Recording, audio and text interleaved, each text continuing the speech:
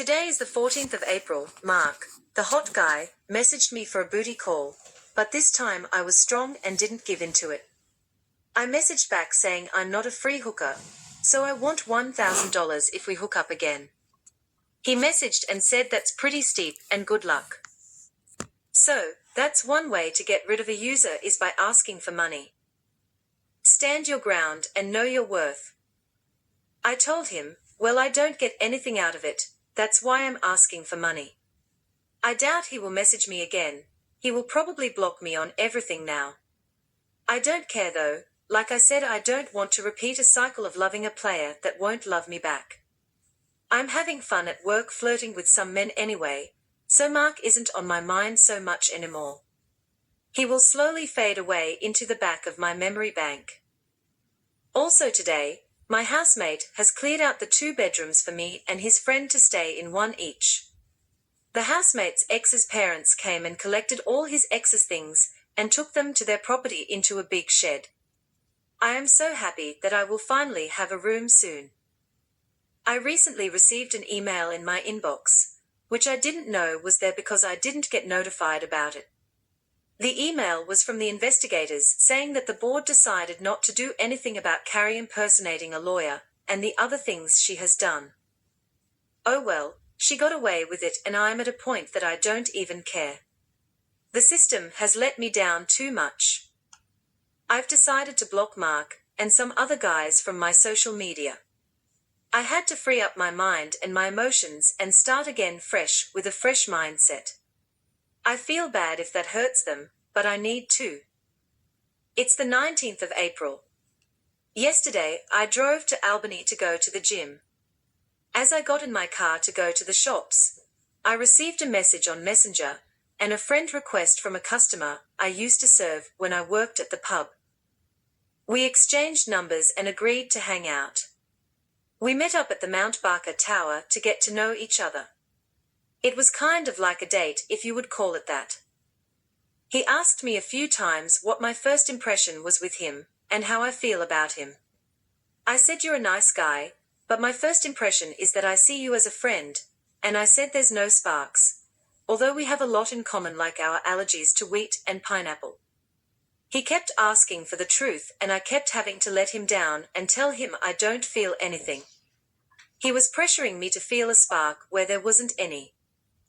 I feel bad and guilty, but I used to be a people pleaser and waste my time dating men out of guilt, because I couldn't be honest straight up. I am being honest now, and he is not my type. He is too feminine and comes across as gay.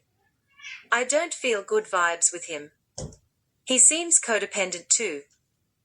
Now today, I feel depressed because I had to hurt a nice guy. I am also feeling depressed because I can't find the right guy for me where we both have equal attraction and sparks for each other. The guy I met yesterday also kept talking about sleeping in his bed. He didn't offer me anything. It wasn't even a real date. I'm not settling. He is also still married, just separated, so he's not divorced, which means the door is still open to his past. I'm getting to an age where I'm just going to be a yes or no girl, no time wasting and no maybes. If I don't feel a spark for you, then goodbye. I'll just stay single until I find the right one who loves God, wine and dines me, and wants more than just to sleep with me. If that never happens, then so be it. It's better than settling and being unhappy. At least toys don't hurt my feelings and ego. I prayed to God to protect me when I was driving up to the tower last night. You just never know if you're going to meet up with a serial killer or something. I can't shake this depressed, let down feeling. I feel deflated like a sad balloon. I am overdating each and every time someone gets hurt, either me or them. I hate it, and I'm over it. It's so draining. I'm sorry I had to hurt that guy's feelings. But at the end of the day I only just met him, and I don't know his true intentions. I'm not settling for men that won't spend money to wine and dine me. I'm not a free hooker. I think the devil is sending these types of men into my life to make me feel guilty and lower my vibes. Today I will just lay on the couch and feel depressed and get it out of my system. I'm still waiting for a bedroom too. Jack is taking his time with cleaning it. It's fine though, I've spent over 11 months on the couch. I can sleep on the couch longer. He seemed weird again when I said that I'm going to go see a friend at the tower last night. He moved his computers from the living area into his bedroom and is hiding in his room day and night. What can I do in this situation? I don't want to feel oppressed or controlled, especially by a man that didn't want me and is now acting weird when I go out.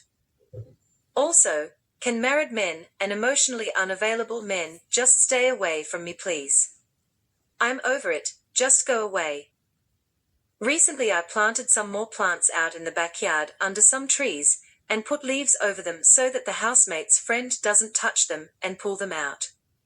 Well, I just went outside and saw that my plants were all pulled out. I became angry and full of inner rage. The housemate's friend is growing plants from cuttings. I pulled some of them out because I was angry. He is so selfish for pulling out my plants, but has the audacity to grow his plants that he wants wherever he wants. It felt good and bad pulling his plants out. It's a matter of time before he confronts me about it.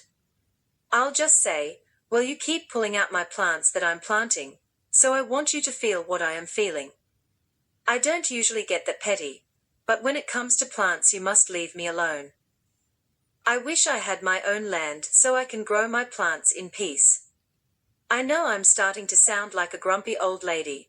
Regardless though if it's plants or whatever, disrespect is disrespect. Today is the 21st of April, and I'm so excited because I finally have a room and a bed to sleep in. Privacy at last, oh my goodness. I came home from work today and the room was ready. I went to Kmart before I drove home to buy some sheets and a mattress cover and protector. The mattress is quite filthy, but I am happy to finally have a bed to sleep in. I was on the couch for almost a year. It was about time. It's an answered prayer getting a room finally. When I got home, I was contemplating whether to move all my boxes into the bedroom, because I had no energy after working all day. I decided to just do it with whatever energy I miraculously had left. It took me an hour. Everything fits in my bedroom. The boxes are stacked up against the wall. I will be paying $200 PW plus extra if Jack asks for more for electricity or something. I don't know if Jack's friend is even paying 1C to stay here.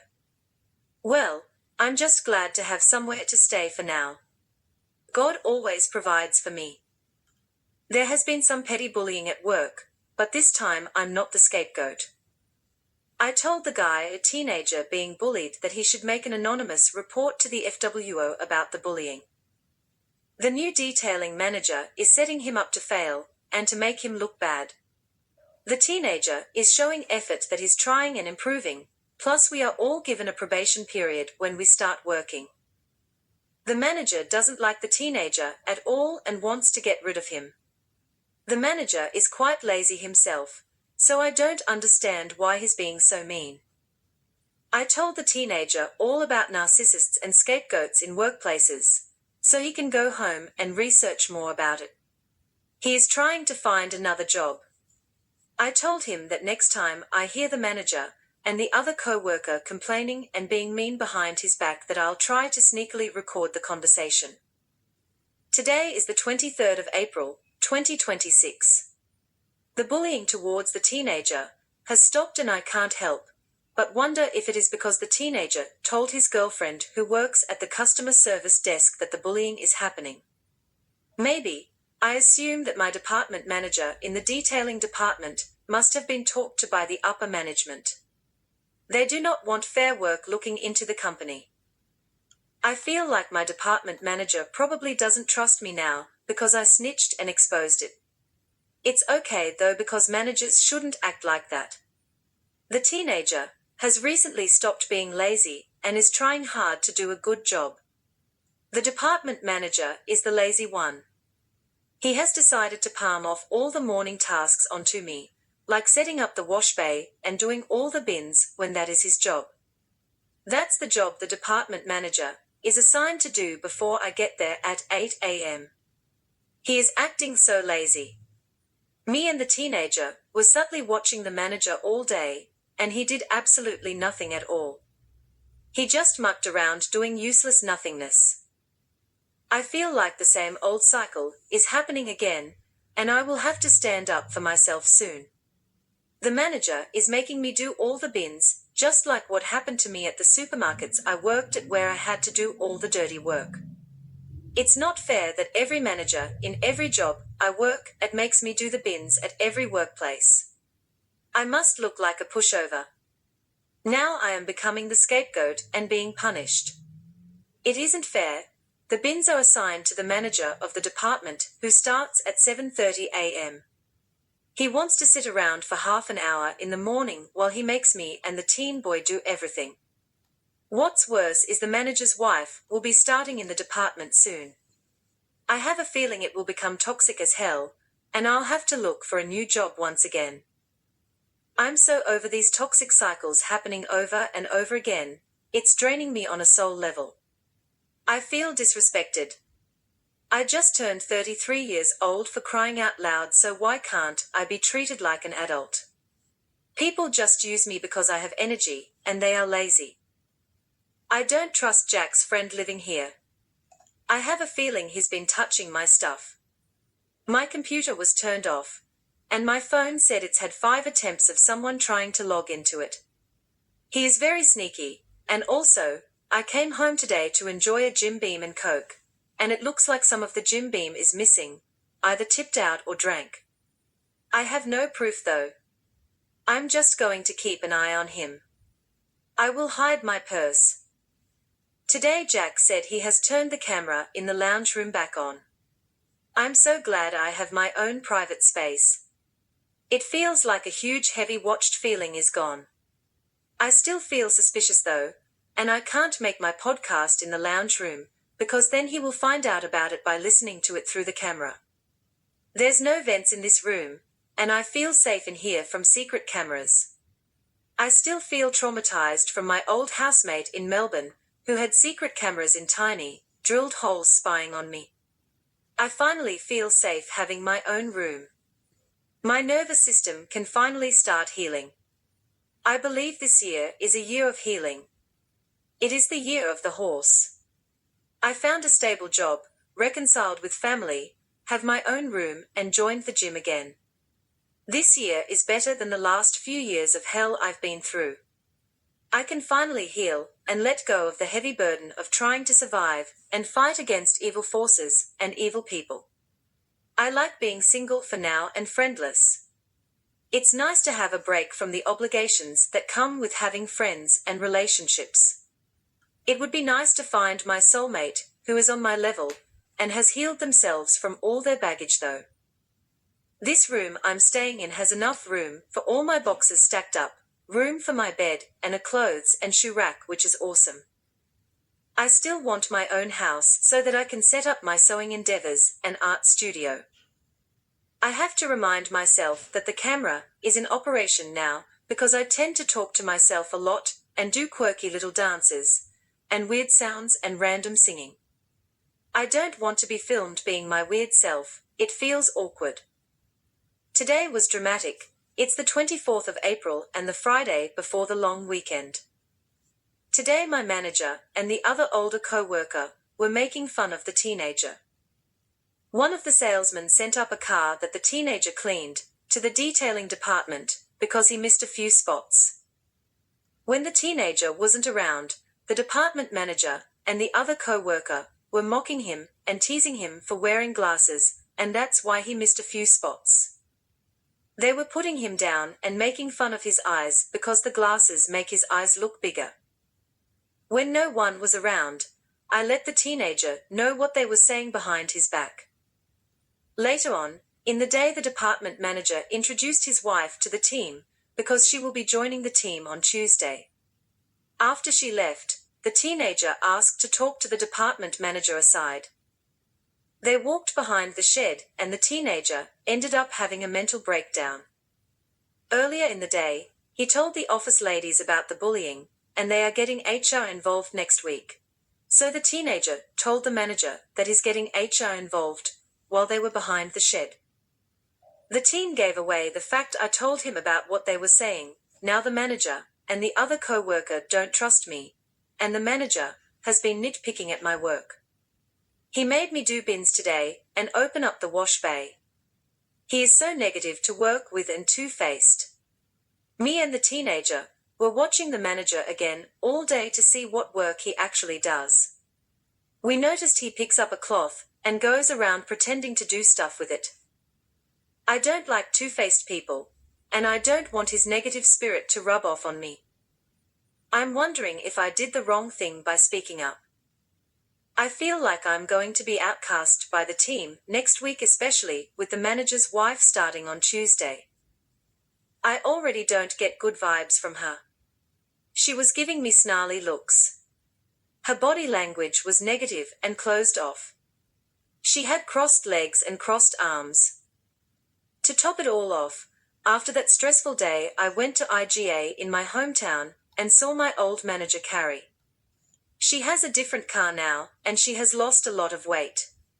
She looks older too. Carrie came up beside me while I was choosing some sausages for dinner to make herself known.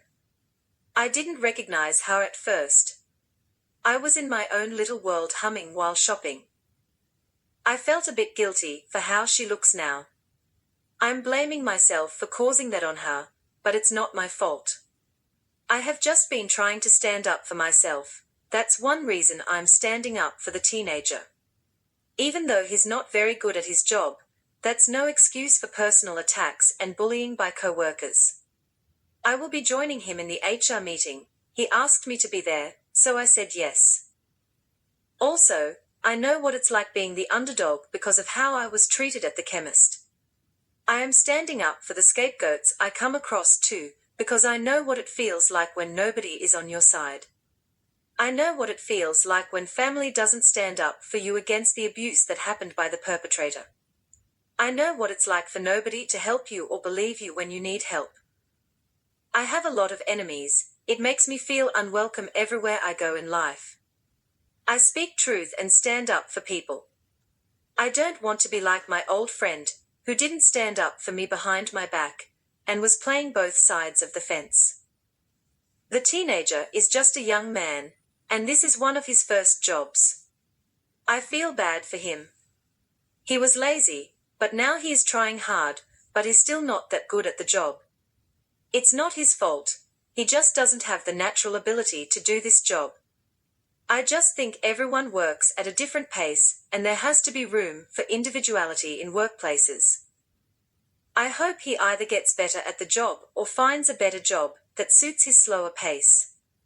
All I see is that he is trying his best and I feel bad for him. If I'm being honest, I feel like the manager and other co-worker don't do much work. The teen works at a slow pace, and I am the one picking up most of the slack from everyone working in that department. I am doing a lot of the hard work. Maybe I should look for another job. I was liking this job though, but I am not looking forward to going to work on Tuesday. I will feel the ice-cold elephant in the room. The co-workers don't trust me for snitching on them, but I think they probably talk crap about me too behind my back and cool to my face. They are only nice to me because they are using me. I'm not going to be a people pleaser, so I will not care about hate emotions towards me at all. I'm not here for them. I go to work to do my tasks and finish my job for the day and go home or the gym. It's the Anzac long weekend, and I'm finally settling into my room. It is nice and cozy for me and my cats. It feels so good to have privacy, so I can do things without feeling watched or walked into doing.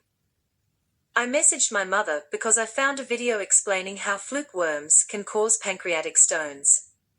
I shared that with her because Dad was in hospital from the stones in his pancreas.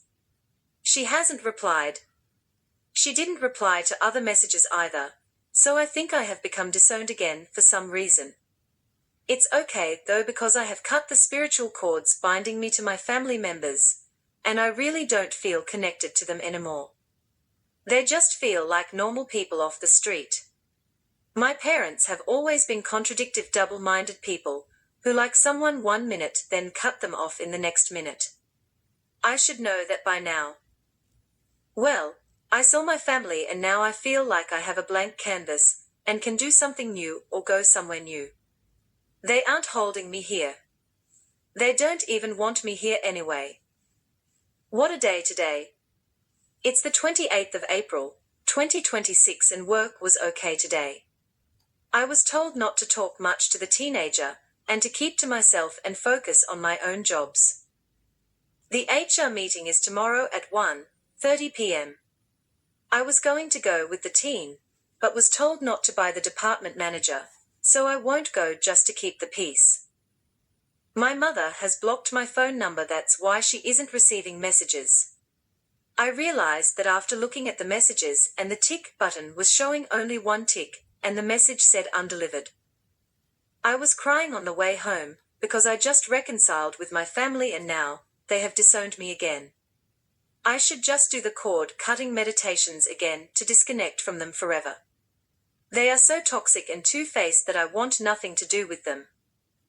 Before I came home, I went to JB Hi-Fi for them to look at my new phone, which I bought over the weekend. I bought a new phone, but the battery keeps draining and the NFC wasn't working. Their guys at JB fixed the NFC payments, but not the battery issue. I will charge it tonight and see how it goes tomorrow. Hopefully I won't need a refund. I am losing my voice temporarily from screaming in my car about my toxic evil family. My family don't care if I become homeless or anything. They are not there for me and abandoned me. I feel like crying again. I need a hug. My own mum said she loves me no matter what to my face, then blocked me. I don't know why they all disowned me again. It's probably from rumors made up by my evil aunties or something. But rejection is God's protection. Now that I know where I stand with my family, I don't need to stay in Western Australia. Nothing is holding me here. I never want to see any of my family ever again. I will cut them all off this time. The door is shut, and they are not allowed to enter my reality ever again. I hope I don't get informed about any of their funerals because I don't want to know. They are not my family. I need to relax and heal my throat, dry my eyes and maybe have a drink. I might go to the bottom pub, or just get some wine from the drive-through. I have calmed down now and decided to stay home and finish off my bottle of Jim Beam. Jim Beam is there for me more than my own family. I drank it straight from the bottle. I need to breathe and find a way to regain my inner peace again. My family haven't been there for me most of my life anyway. I had to become independent in my early teenage years. Like I've talked about in past chapters, my family wouldn't even visit me when I only lived a few streets away. They never cared about me and can chuck me in the bin when they want to. I'm crying again. I don't know how to heal from this abandonment. I'm 33 years old. I just need to learn how to get over it and move on. They are just people, and nothing more than that. I feel like maybe I should move to either another state or country, because why stay here working a full-time job with peanut pay when I can be in a country with less restrictions so I can sell my art and crafts? I really have to let go of attachments to my fake family. When I free my mind, then I can be limitless and break generational curses and patterns. It's a shame I have to go through so much pain and suffering just to break generational baggage. I need a lucky break and for good things to start happening, because I'm starting to become weak and soft. I feel vulnerable. I prayed to God to cut the cords attaching me to my family spiritually so that I can feel lighter. I just need to forget that they exist or separate them as being family in my brain somehow. I just feel so betrayed or something. My cats are my real family. The new lady at work isn't bad, though my first impressions were suspicious of her. I guess time will tell if my first impressions were right or wrong. I feel bad for her. She is an elderly lady and quite fragile. She should be retired, sitting in front of a fireplace drinking tea, and petting her dog, not working cleaning cars. It just seems wrong to me. Today, on the 29th of April, 2026, I have now become the new scapegoat at work, and the teenager is getting respected now. It all started in the morning when the department manager did all the bins that he is assigned to do. After that, he has been short with me all day. I have been working with his wife, teaching her how to clean. She doesn't care about being there. I believe she is there because the manager wants an extra pay income, brought her in all for money. She pretends to clean and also acts like she doesn't know how to clean a car when she has been cleaning cars for over 20 years. She is taking the piss out of this job and draining my energy. Before my lunch break, we both cleaned and scrubbed a car, then chamoised it. I went to lunch at 12 p.m. She goes at 1 p.m. every day. The whole hour that I was gone on my lunch break, she did nothing. She sat down, wasting time. I came back and had to vacuum, clean the interior, blow it out, do the windows and polish it. She pretended to help when I came back from lunch by polishing 2 panels. The manager of the department was picking on my work that I did, then he was putting me down. He went on and on about how I should know by now how to clean a car. I did clean the car. His wife was a deadweight today, and was hanging around me like an annoying blowfly. I was drained trying to teach her stuff when she wasn't listening, then undermining me by asking others for help when I was meant to be helping her. So, I couldn't concentrate with the manager's bad energy all day, and her being so annoying, and that's why the car wasn't done properly. He didn't need to have a go at me like that. He could have spoken to me like an adult. The way he talked down on me was like telling a 2-year-old child off, but repeatedly just to keep stabbing you emotionally. The team cancelled the HR meeting today, but if the manager keeps bullying us, then I will make a complaint to HR. No one deserves to be put down and disrespected at any workplace. The manager's wife is lazy just like the manager, and I'm starting to think they both lied about having a car detailing business for 20 years. The manager sat around a lot again today. Me and the teenager both realized today that he has never actually cleaned a car by himself since he started working here. He is all talk, no action. No leading by example. So, on top of all the stress of being abandoned by my family, I had to deal with being disrespected at work. I cried in my car on the way home again today, then drove to the Mount Barker Tower and did an ugly cry, really loud, and let it all out. I was up there for a while. It was foggy, so it felt quite mystical. I decided to leave when another car arrived up there for them to enjoy the lookout. I was crying for at least half an hour. I cried so much that it tasted like I coughed up blood. I think I'm okay though now. My immune system would be weak right now from all the stress, so I'll have to have some zinc and vitamin C every day this week. What made me cry the most is the fact that my family all believe my cousin about abuse, but no one believes me. No one has taken accountability or apologized to me, and I'm still the bad guy even after driving them to the hospital for my sister not too long ago. They don't believe anything I say, and they never loved me like a child should be loved. I was crying too, because of my grandparents that kicked me out and abandoned me. Everything was just hitting me hard emotionally today. I'm not seeking my family's validation or approval. I don't need them, they are just people off the street now. My throat is sore from crying so much. I feel alone. I won't talk to anyone tomorrow, and if I do it will be minimal, and I won't give eye contact when they are talking to me. I'm not giving my energy away to abusive energy vampires. I won't work as hard, because I'm not picking up everyone's slack from now on. I hope we get better management. I don't want to keep changing jobs just because of narcissists. I need a job where I am totally isolated away from people, to be honest.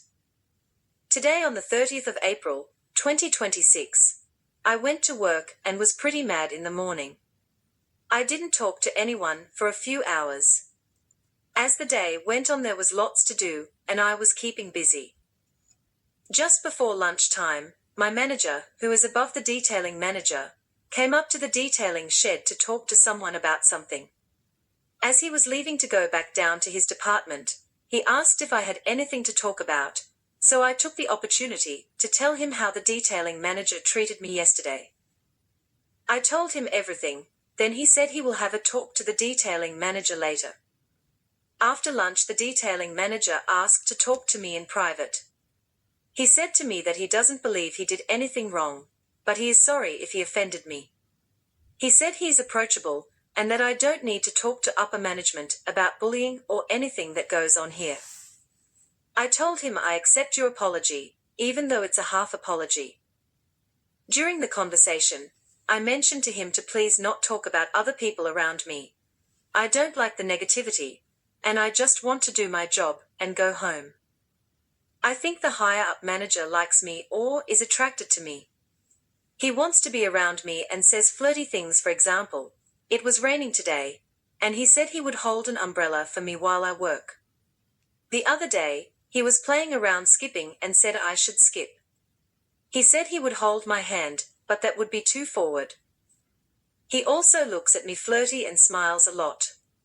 He says hello loudly across the dealership and embarrasses me in front of everyone. He's making his attraction obvious to everyone. I don't want workplace drama, so I'm going to ignore all the tiny advances towards me. Everyone in my department hates him, so that would be extra awkward if I did anything towards him romantically. Also, would he really want to date someone who goes to mountains and ugly cries like a psychopath? He is kind of good looking. A typical car salesman looking man, like the stereotypical cartoon type of sales guy with brown hair, big white smile. He has the same name as my father, so that would be awkward too if anything happens. The last guy, Mark, had my father's name too. Obviously, Mark is not my father's real name though, just a character name for my biography. I'm so happy that the drama has been resolved. I hope my detailing manager treats me better from now on, because I don't want any problems at work and don't want to take stress and burden home with me. Thank you, God, for fixing everything in the workplace. Every time I have a mental breakdown, I stutter and can't make sentences fast enough, and it lasts a week or two. After the mental breakdown yesterday, I can't talk properly and people keep finishing my sentences because I'm being slow at talking. Traumatic events block my speech, and it becomes less fluent. Writing is okay though, but extremely dyslexic. I am constantly auto-correcting every few words I write. It's been a rough couple of days at work. The teenage guy that I work with has been taking advantage of my hard work again. He said he had a sore knee, so I had to pick up all his slack.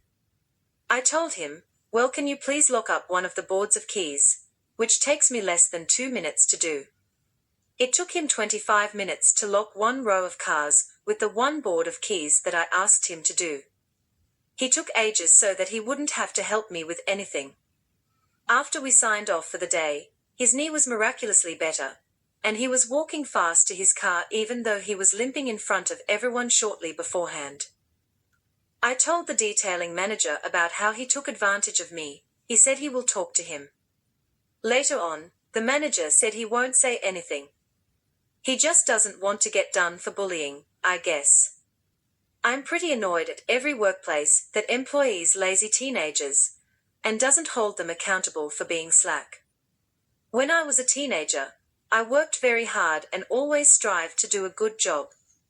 Kids have no work ethic nowadays. I'm just saying that in general about the majority of teenagers nowadays.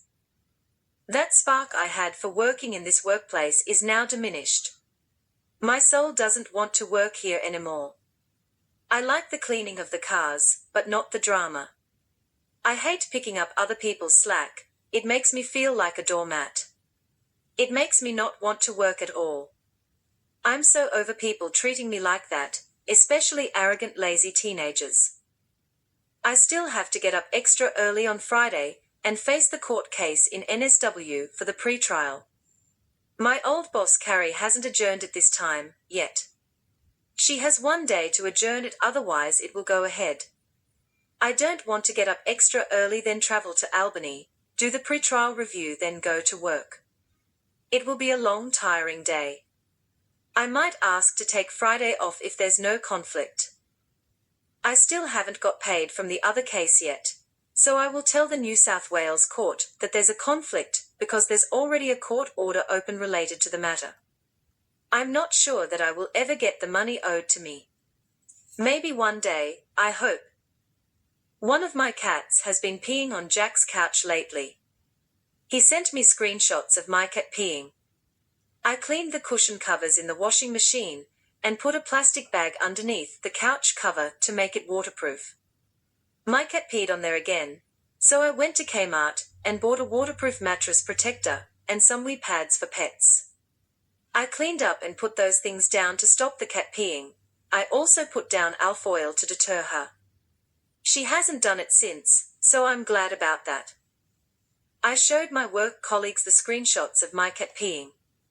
They asked how I got the evidence and I said, Jack has indoor cameras. They were shocked and said, that is so wrong to have indoor cameras. I am shocked that they are shocked. I'm surprised they actually care, because last time that I lived with a housemate who had cameras around the house, nobody believed me and didn't care, so after that experience I thought it must not be a big deal then to other people, and I should just keep it to myself. The old housemate had his cameras hidden though, not like these cameras here. Jack is a nice person. It would be good for everyone if I find a house or a rental and get out of here. I don't want to get him in trouble for anything, so it's better if I leave. Jack has done lots for me and kept off the street to become homeless, so I am forever grateful for that. I hope my family isn't smart enough to find my podcast on my YouTube and Spotify channel, because I realized the other day that if you click on someone's YouTube channel bubble, it shows their other channels on their YouTube page. Also, if you search a person's name on Spotify, their content comes up because it's linked to the person's Google account and Facebook account. I would be horrified if they found it, but I would also laugh so hard. Maybe they found it and that's why they blocked me recently. Today on the 7th of May, 2026, I went to work and booked time off work for tomorrow, due to the pre-trial review which was booked for tomorrow. At lunchtime, my old boss Carrie got her solicitor to adjourn the pre-trial review again, via online court, which makes it the 5th time adjourning now. Out of my inconvenience, I had to go and cancel my leave request, which was a hassle because I had to fill out a form for the leave in the first place, to then just cancel it. I received a few emails today. The first one was for the adjournment, which has now been moved to the 29th of May. I received an email from my old boss's solicitor asking me to drop my case in WA, and my old boss will drop her case in NSW. I sent an email back declining the request because I don't owe my old boss anything, she still owes me. Accepting the offer will be like saying that I lied about everything, so it will be a dumb move to make to accept that offer. I didn't say it like that exactly. I got ChatGPT to help me with making the reply email to her solicitor. I also wrote 2 emails to the New South Wales court.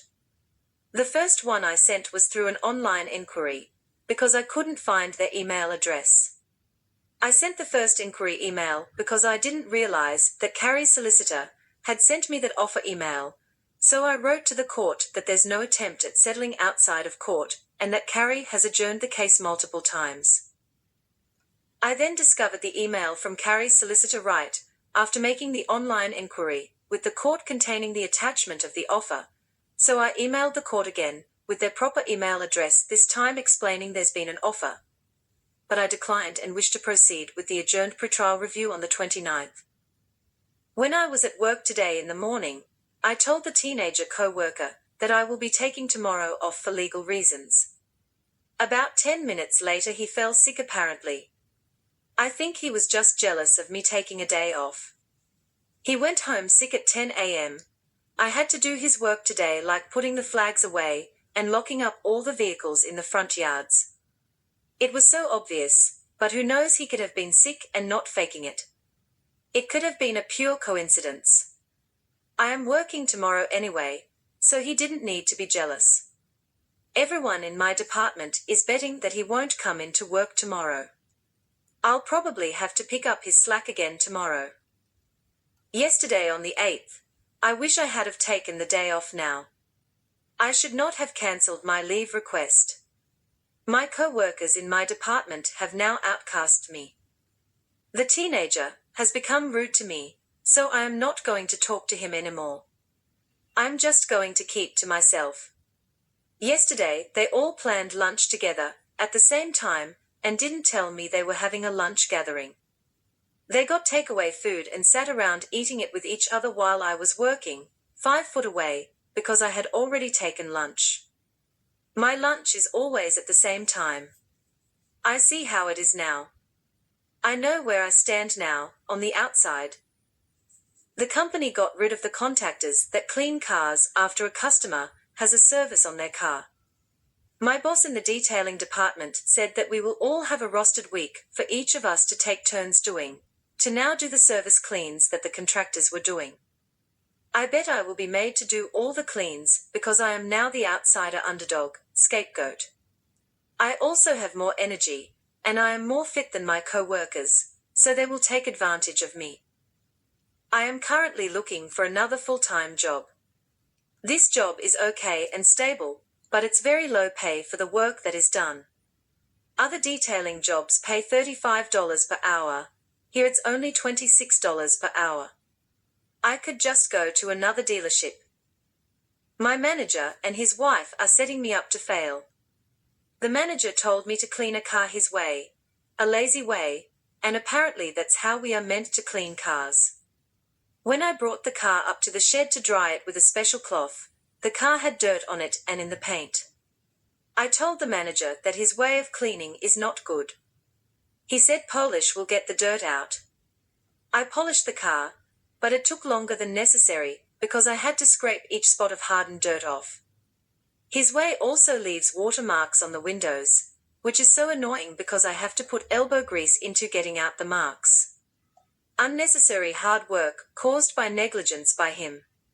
He also was telling me that iron oxide is only used as a product to get train dust off cars. I personally disagree, because the iron oxide was getting all the dirt and impurities out of the paint and was making my job more efficient. He is so stubborn and is a compulsive liar. His wife tried setting me up to fail too. I think they want to get rid of me. I was reversing a car into the showroom, and she was meant to be helping me reverse from behind from the review mirror. I lined up the car as straight as I could and was reversing in.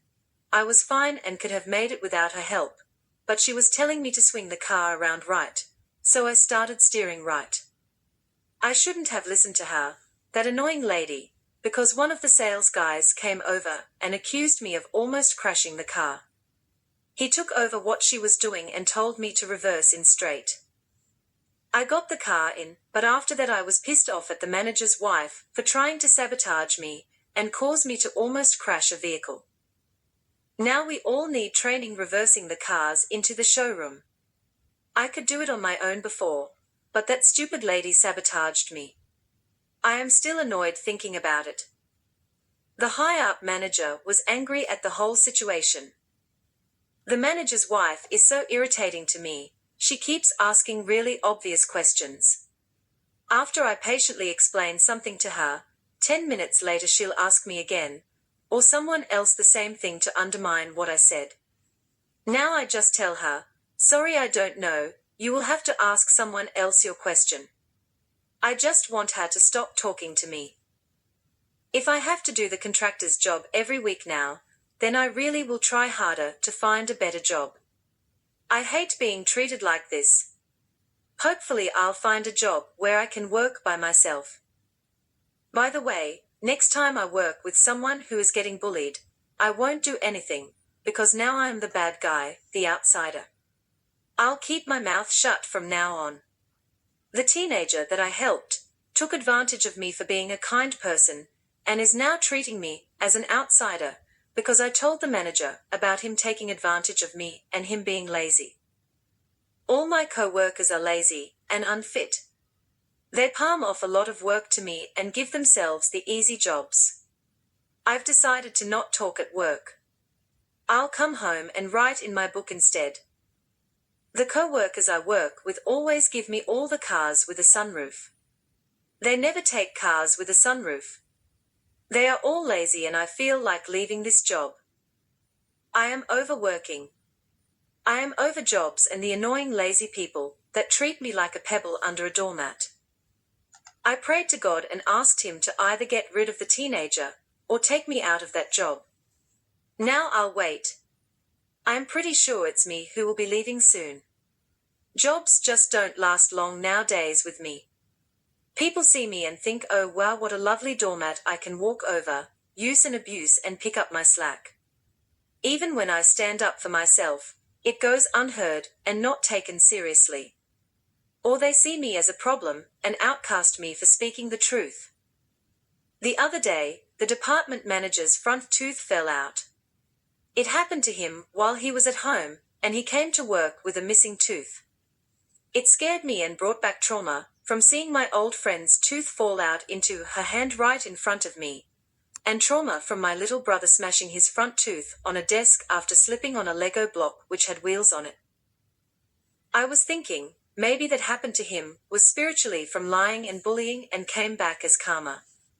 I have the fear of God in me, so I try not to lie and gossip too much because I feel convicted if I do. That's another reason I want to work alone, so that I don't get involved in gossip and drama.